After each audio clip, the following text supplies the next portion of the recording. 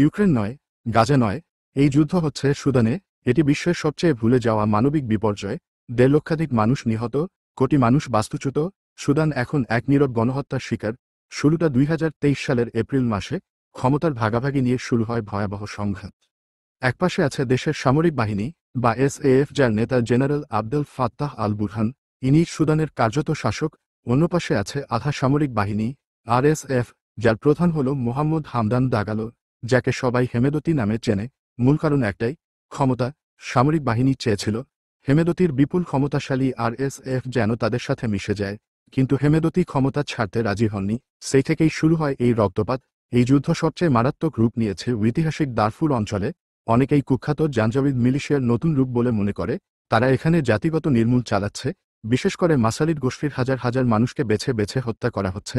এল ফাশেরের মতো শহরে গণহত্যা এখন প্রতিদিনের ঘটনা। জাতিসংঘ বলছে এই সংঘাত বিশ্বের বৃহত্তম মানবিক সংকট। সংঘাতের কারণে প্রায় ১,২০,০০,০০০ মানুষ তাদের ঘরবাড়ি ছেড়ে পালিয়ে যেতে বাধ্য হয়েছে। খাদ্যের অভাবে অপুষ্টিতে মরছে লাখ লাখ শিশু। নিরাপদ পানি নেই, জীবনরক্ষাকারী ওষুধ নেই। এই যুদ্ধের নেপথ্যে আছে সোনা।